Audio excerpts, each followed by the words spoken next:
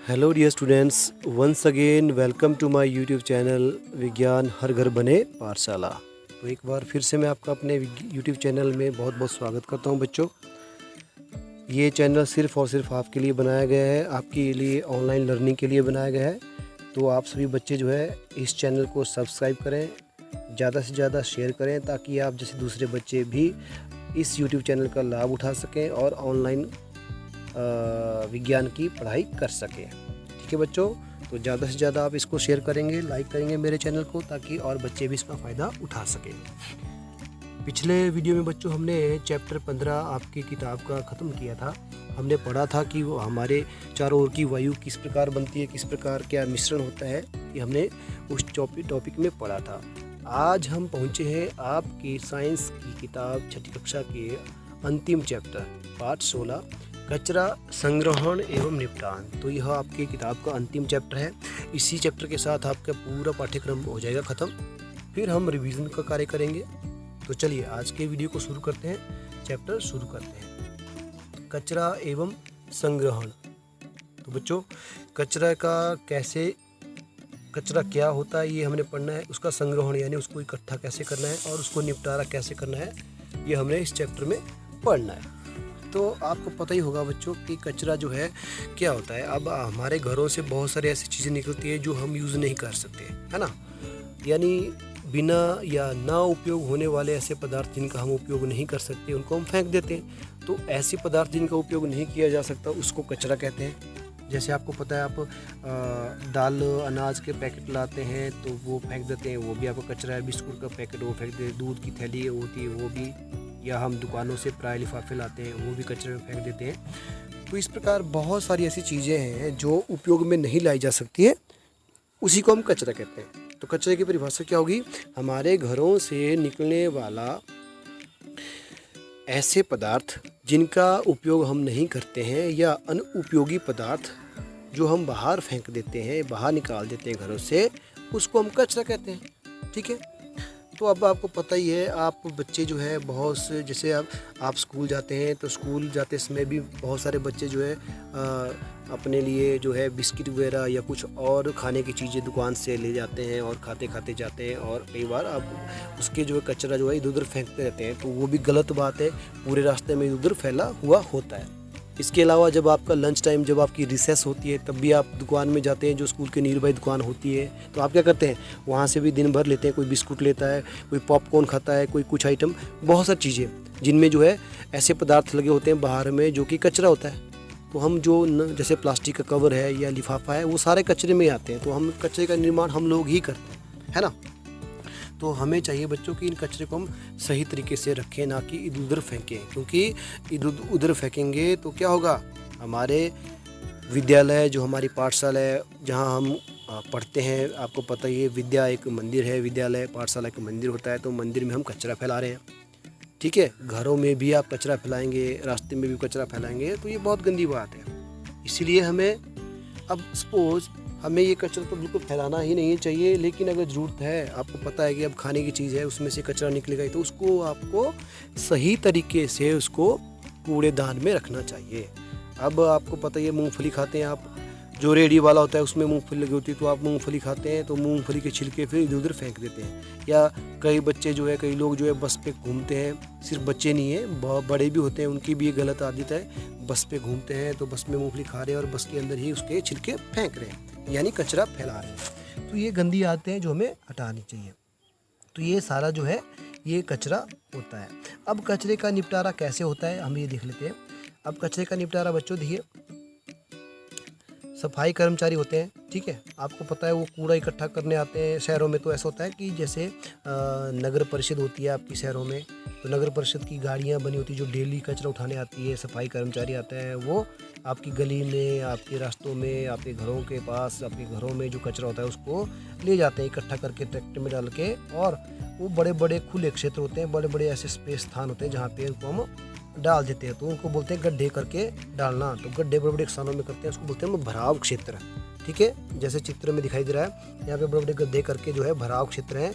इन गड्ढों में क्या किया जाता है, कचरे को डाला जाता है, ऊपर से मिट्टी डाल दी जाती है, दबा दिया जाता है इनको। तो कचरे का निपटारा कैसे किया जाता है कचरे के निपटारे को बड़े बड़े गड्ढों में डाला जाता है। उन गड्ढों को, बड़े बड़े क्षेत्रों को बोलते हैं भराव क्षेत्र। फिर उनको वहाँ पे डाल दिया जाता है। फिर कई वर्षों तक, लगभग 15 से 20 वर्षों तक उनको नीचे दबाया रखते हैं। फिर क्या होता है, इस पर कोई भवन का निर्माण उस जमीन पर नहीं किया जाता जहाँ पे कचरा दबाया होता है। फिर कचरे के उपयोगी अवयव निपटार के लिए भराव क्षेत्र के पास कंपोस्ट बनाने वाले क्षेत्र में विकसित किए जाते हैं। ठीक है, अब कंपोस्ट क्या होती है वो हम आगे पढ़ेंगे। तो इस प्रकार जो कचरे का निपटारा किया जाता है। ठीक है बच्चों, अब कचरे को गड्ढों में भरना देखिए, यहाँ पे भी दिखाई दे रहा है।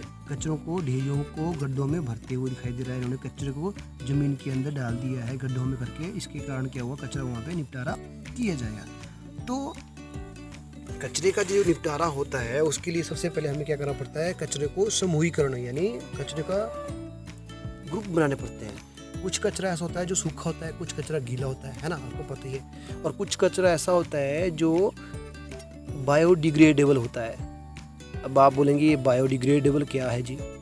तो दो तरह के कचरे होते हैं, एक बायोडिग्रेडेबल और एक नॉन बायोडिग्रेडेबल। अब बायोडिग्रेडेबल होता है ऐसा कचरा जो कि हमारे वातावरण में मौजूद बैक्टीरिया या जो हमारे छोटे मोटे जीव होते हैं जैसे केंचुए आदि, उनके द्वारा गला सड़ा दिया जाता है। ठीक है, ऐसा कचरा जो हमारे वातावरण में या हमारे पर्यावरण में मौजूद सूक्ष्म जीवों द्वारा या दूसरे जीवों द्वारा गला सड़ा दिया जाता है, सड़ जाता है, उस कचरे को बोलते हैं हम बायोडिग्रेडेबल, या हिंदी में बोलते हैं उसको जैव निम्नीकरणीय कचरा। ये आपने याद रखना, उसको बोलते हैं जैव निम्नीकरणीय या बायोडिग्रेडेबल।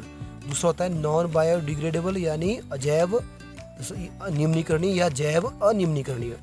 नॉन बायोडिग्रेडेबल हुआ, नॉन बायोडिग्रेडेबल वेस्ट हुआ आपका जैव अनिम्नीकरणीय कचरा। तो ऐसा कचरा जो कि गला सड़ाया नहीं जा सकता, जिसको सूक्ष्म जीव या दूसरे जीव नहीं गला सड़ा सकते, उसको बोलते हैं हम नॉन बायोडिग्रेडेबल कचरा। जैसे प्लास्टिक हो गया, शीशा हो गया, लोहे के टुकड़े हो गए आदि। जबकि जो बायोडिग्रेडेबल या जैव निम्नीकरण कचरे का उदाहरण कौन कौन सा है, जैसे हमारे घरों से किचन से निकलने वाले आलू के छिलके, प्याज के छिलके हो गए, केले के छिलके हो गए, पेड़ पौधों के पत्ते हो गए, पत्तियां हो गई, लकड़ियां आदि, ये सब भी कैसा है, बायोडिग्रेडेबल, अपने आप गल सड़ जाता है कुछ सालों बाद, कुछ समय बाद। तो जो घरों से हमारे बच्चों कचरा निकलता है ना, हमें क्या करना चाहिए, उसको पहले तो ग्रुपिंग करनी चाहिए, उसको हमें समूह में डिवाइड करना चाहिए कि ये कचरा किस कैटेगरी में आता है, ये कचरा किस में आता है। तो जब हम ऐसा करेंगे तो हमें पहले तो एक समूह बनाना चाहिए जिसमें रसोई घर का कचरा जैसे फल, सब्जी, छिलके, अंडे के खोल आदि जो अवशिष्ट पदार्थ निकलते हैं, समाचार पत्र, सूखी पत्तियाँ, उसको हम एक ग्रुप में रखेंगे। और दूसरा ग्रुप जैसे कपड़ों के टुकड़े, पॉलीथीन के टुकड़े, थैलियाँ, टूटा हुआ कांच, एल्यूमिनियम के रैपर्स, गीले जूते आदि, ये हम दूसरे ग्रुप में रखेंगे। अब हम क्या करेंगे, प्रत्येक समूह के कचरे को दो अलग अलग ढेरियों में बांटेंगे, A, B, C, D, ठीक है, और इनको हम इससे नामित करें। फिर प्रत्येक समूह की एक ढेरी को हम क्या करेंगे, जितने भी हमने समूह बनाया ना उसकी एक एक ढेरी को हम क्या करेंगे, प्लास्टिक की 2 थैलियों में भरकर उसके मुंह पर कसकर बांध देंगे। ठीक है, और मैदान में 4 गड्ढे करेंगे और प्लास्टिक की थैलियों को दूसरी ढेरियों से अलग अलग करके गड्ढे में डाल देंगे और मिट्टी से ढक देंगे, जैसा कि हमने पहले इस चित्र में देखा था। ये देखिए आप ऊपर, ये जो बच्चे हैं या ये क्या कर रहे हैं, प्लास्टिक जो है कचरे को 4 ग्रुपों में डाला है और 4 थैली में बांधकर इन्होंने ABCD करके इनको नोट करके गड्ढों में अलग अलग करके डाल दिया है। ठीक है बच्चों, तो इस प्रकार जो है 4 दिन के पश्चात कचरे के ऊपर की मिट्टी हटाकर देखेंगे तो कचरे में क्या होगा। अब हमने जो ग्रुप किए ना समूह, हमने इनको 4 टुकड़ों में बांट दिया। जैसे कोई गलने सड़ने वाले पदार्थ है, जैसे आपका आलू के छिलके हो गए, प्याज के छिलके हो गए, गोभी के छिलके हो गए, वो हमने एक थैली में डाले। वो हमने डाले थे 4 दिन के बाद, देखिए वो, तो वो क्या होंगे, वो धीरे धीरे पूर्णतः गल गए होंगे या सड़ने लगे होंगे या सड़ गए होंगे। तो क्योंकि वो है जैव निम्नीकरण, वो अपने आप जो जीव जंतु है हमारे, छोटे छोटे जीव होते हैं, वायुमंडल में बैक्टीरिया होते हैं, ज़मीन में होते हैं जीव होते हैं, वो उनको गला सड़ा देते हैं। दूसरे जो थोड़े अभी नहीं गले सड़े होंगे, जिनमें दुर्गंधकारी होगी, तो वो भी होंगे। कुछ ऐसे होंगे जिनमें कोई परिवर्तन नहीं हुआ होगा, यानी जैसे प्लास्टिक के लोहा है वो नहीं गले सड़े होंगे। तो इस प्रकार बच्चों अनेक प्रकार के ऐसे पदार्थ होते हैं जो गल भी सड़ जाते हैं, जो नहीं गलते। तो हमें इन पदार्थों के आधार पर ही कचरे को अलग अलग डालना चाहिए। ठीक है बच्चों, जो हमने 4 प्रकार के ढेरिया बनाई थी उसमें हम ये एक्सपेरिमेंट करते हैं। हम देखते हैं कि ए में कौन सा कच्चा था, 4 दिन बाद वो गला कि नहीं, 6 दिन बाद गला कि नहीं, 2 सप्ताह के बाद गला कि नहीं, 4 सप्ताह के बाद गला कि नहीं। तो हम ये चीज़ें कर सकते हैं, एक्सपेरिमेंट देख सकते हैं। ठीक है बच्चों, ऐसा करेंगे तो हम देख सकेंगे कि कौन सा कच्चा जल्दी गल सड़ जाता है। तो बेसिकली 2 तरह के कचरे होते हैं, मैंने आपको पहले बता दिया। एक होता है जैव निम्नीकरणीय यानी बायोडिग्रेडेबल, जिसको जो है छोटे छोटे सूक्ष्म जीव या कीड़े जीव जो है वो गला सड़ा देते हैं, उसको बोलते हैं बायोडिग्रेडेबल। जैसे कि आलू के छिलके, गोभी के छिलके, प्याज के छिलके, पेड़ पौधे की पत्तियां आदि। तो ये जो इस कचरे को जो जीव गला सड़ा देते हैं और खाद में बदल देते हैं, इस प्रक्रिया को बोलते हैं हम कंपोस्टिंग। यानी इस कचरे को गला सड़ाकर खाद में बदलने की प्रक्रिया को बोलते हैं कंपोस्टिंग। अब आप बच्चों ने सभी देखा होगा अपने घरों में, आपने गाय का जो नीचे कचरा होता है जिसको बोलते काऊ डंग बोलते हैं यहाँ पर, उसके नीचे जो आप छेन डालते हो उसको उठाकर जो है आप एक जगह गड्ढे में ढेर लगाकर डालते रहते हो।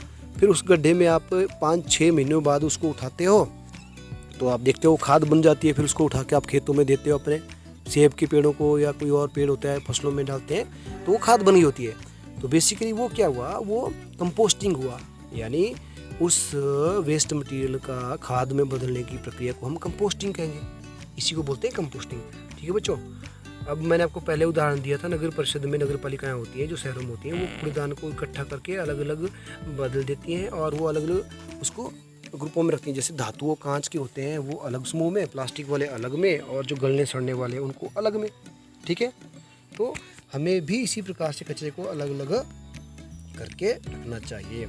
तो कचरे का निपटाना, देखिए कचरे का निपटारा करना जो है केवल सरकार की जिम्मेदारी नहीं होती है। सरकार ने तो नियम बना दी है, नगर परिषद बना दी है, सिस्टम बना दिया है, कानून बना दिया है, लोगों की ड्यूटी लगा दी है कि वो इस तरह से कचरे को लाए और क्या करें, निपटारा करें। लेकिन इसमें हमारा भी बहुत बड़ा योगदान होना चाहिए कि हमें कचरे को एक तो बड़े सही तरीके से हम कचरे को व्यवस्थित करें, ग्रुपों में बांटें। उससे भी पहले हमें कम से कम कचरे के ऐसी चीज़ों का इस्तेमाल करना चाहिए जिनसे ज़्यादा वेस्ट मटेरियल निकले।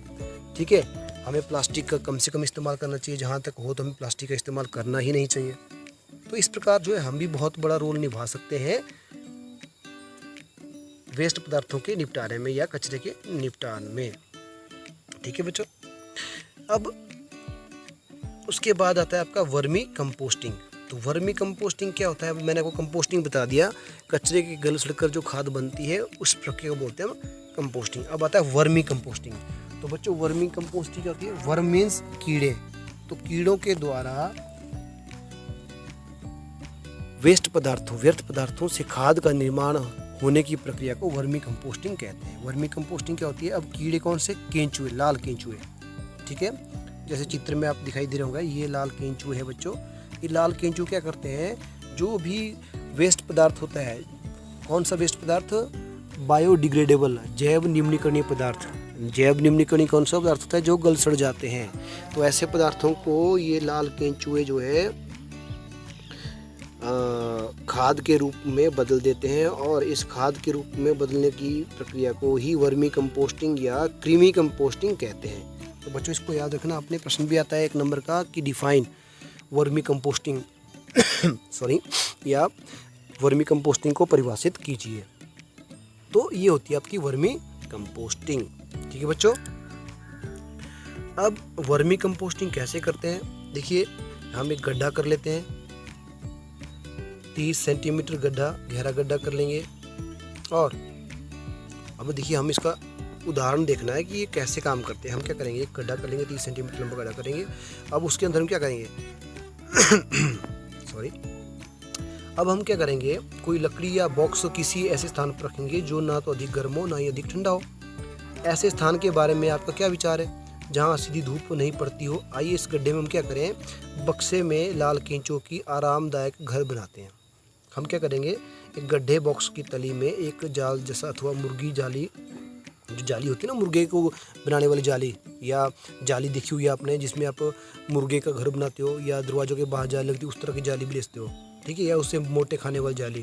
तो उस जाली का हम क्या बनाएंगे, एक लकड़ी के तख्ते पर लगा देंगे, नीचे को चारों तरफ से लकड़ी का तख्ता और बीच में हम उस जाली लगाएंगे। फिर उस जाली में हम क्या करेंगे, तली में 1 से 2 सेंटीमीटर मोटी परत बिछा देंगे। अब हम रेत के ऊपर सब्जियों अथवा फलों के अपशिष्ट बिछा देंगे। हम क्या करेंगे, सब्जियों और फलों के जो अपशिष्ट पदार्थ होते हैं, जो कचरा होता है, वो हम ऊपर बिठा देंगे। और हरी पत्तियाँ और पौधों की सूखी पत्तियों की डंडियाँ और भूसा, समाचार पत्र की एक चौड़ी पट्टियाँ काटकर उसे रेत अथवा जाली के ऊपर बिछा सकते हैं। हम ये चीज़ें हम उस जाली में बिछा सकते हैं, परंतु हम वहाँ पे चमकीले प्लास्टिक और कागज़ वाले या लोहे वाले पदार्थों को, धातु के टुकड़ों को नहीं बिछाएंगे, क्योंकि वो नहीं गलते सड़ते। तो हम क्या करेंगे फिर जब हमने ये कर लिया तो हम क्या करेंगे, रेत अथवा तार की जाली जो है सूखर बिछा दिया। तो जब हम कुछ जल छिड़केंगे और परत को, ताकि नमी बनी रहे, और इतना अधिक जल भी नहीं डालेंगे कि वो बहने लगे, तो हम अपशिष्ट पदार्थों की जो परत है ना उसको दबाएंगे नहीं, इसे पोला ही छोड़ेंगे ताकि थोड़ा हवा भी जाती रहे। ठीक है, तो हम देखेंगे कि लाल केंचों के लिए स्वागत के लिए गड्ढा तैयार रहता है, यानी ये गड्ढा लाल केंचों के लिए पूरा तैयार हो जाता है। अब कुछ लाल केंचों हम खरीद के लाएंगे, ये मिल जाते हैं बच्चों, और गड्ढे में डाल देंगे। ठीक है, एक जूट की बोरी, पुरानी चादर अथवा घास के हल्के से ढक देंगे इस गड्ढे को। तो लाल केंचों अपना भोजन जो है, जो हमने कचरा बनाया उसको अपना भोजन बनाते हैं और खाते हैं, और इनको पचाकर फिर खाद बना देते हैं। ठीक है, तो इस प्रकार जो है यह क्या करते हैं, अपशिष्ट कॉफ़ी या चाय आदि बच्ची पत्तियों का अपना भोजन बनाकर, खरपतवार भी होती है जो अनुवांछित पौधे होते हैं ना खेतों में, उसको भी हम डाल सकते हैं इन केंचों के भोजन के लिए। ठीक है बच्चों, तो इस गड्ढे पे हम भोजन को लगभग 2-3 सेंटीमीटर गहराई में दबाकर रखेंगे, अच्छा हो सकता है। नमक, अचार, तेल, सिरका, मांस, दूध निर्मित वस्तुओं के भोजन के रूप में लाल केंचों कभी नहीं दें, क्योंकि लाल केंचों से मर सकते हैं। तो इन वस्तुओं को गड्ढे में डालने से रोग कारक जीव उत्पन्न होते हैं और वे केंचों को मार सकते हैं। तो हम कुछ दिनों के अंतराल में गड्ढे में धीरे धीरे मिलाते रहें इन चीज़ों को, और ऊपरी परत को, सतह को हिलाते रहें। तो कुछ समय बाद वो केंचों क्या करेंगे, फिर उस पदार्थ को खाद में बदल देंगे। ठीक है, तो ये होती है वर्मी कंपोस्टिंग बच्चों। अब वर्मी कंपोस्टिंग आपको पता है, लाल केंचों के दांत तो होते नहीं है ना, और इनमें एक विशेष प्रकार की संरचना होती है जिसे बोलते हैं गिजर्ड। अब केंचों में दांत होते नहीं है, उनमें गिजर्ड होती है, जिसके द्वारा वो भोजन को पचाते हैं और इनको पीसते हैं। तो यदि आप अंडे के छिलके अथवा समुद्री शंख जैसे सीपी या चूरा आहार के रूप में मिला देंगे, तो आहार के साथ कृमि के गिजर्ड में पहुंच जाएगा और भोजन को पीसने में उनकी सहायता करेगा। तो कोई लाल कृमि एक दिन में अपने शरीर में लगभग शरीर के भार के बराबर ही खाना खा सकता है। तो लाल केंचों गर्म अथवा ठंडे वातावरण में जीवित नहीं रहते हैं, उन्हें अपने आसपास की नमी की आवश्यकता होती है, इसलिए केंचों की देखभाल करने के लिए उन्हें पानी भी देना पड़ता है। ठीक है बच्चों, 1 महीने में उनकी संख्या दुगनी हो जाती है। तो इस प्रकार जो है हम लाल केंचों का पालन कर सकते हैं। ठीक है, या वर्मी कंपोस्टिंग कर सकते हैं बड़े पैमाने पर, और जिसके द्वारा जो है हम वर्मी कंपोस्टिंग करके जो है केंचों के द्वारा जो है खाद बना सकते हैं, और इसको बड़े पैमाने पर बेच भी सकते हैं फिर। तो इस प्रकार जो है बच्चों, आपका एक तो वर्मी कंपोस्टिंग से 2 फायदे हैं। एक तो जो कचरा होता है उसका भी आसानी से निपटारा हो जाता है, दूसरा पैसों की अर्निंग भी हो जाती है। तो ये थी आपकी वर्मी कंपोस्टिंग बच्चों। चलिए आज के इस वीडियो को यहीं ख़त्म करते हैं। बाकी हुई बचा इस चैप्टर का भाग जो है उसको हम अगले वीडियो में ख़त्म करेंगे। अब आज का वीडियो आपको कितना अच्छा समझ आया है, उसकी समझ को परखने के लिए चलते हैं आज के कार्यपत्र की तरफ। तो बच्चों ये रहा आज का कार्यपत्रक। इसमें देखिए 2 प्रश्न दिए हुए हैं। कचरा क्या है, इसका निपटारा किस प्रकार किया जा सकता है। तो ये आपको अच्छी तरह बताया मैंने, इस चैप्टर में समझाया आपने। कचरा क्या है आपने बताना है, और इसका निपटारा किस प्रकार किया जाता है ये भी आपने समझाना है। दूसरा प्रश्न, वर्मी कंपोस्टिंग क्या होती है, इसको आपने समझाना है। वर्मी कंपोस्टिंग से क्या आप समझते हैं ये आपने बताना है, अच्छी तरह से समझाना है। तो इस प्रकार बच्चों ये 2 प्रश्न हैं आपके आज के कार्यपत्र के रूप में, जो आप अच्छी तरह से अगर आपने टॉपिक समझा है तो आसानी से इनका उत्तर दे सकते हैं। चलिए इसी के साथ बच्चों आज का वीडियो को यहीं ख़त्म करते हैं। मिलते हैं अगले वीडियो में इस चैप्टर का बचाव भाग को पढ़ने के लिए। तब तक के लिए अपना ध्यान रखिए, पढ़ते रहिए और सुरक्षित रहिए।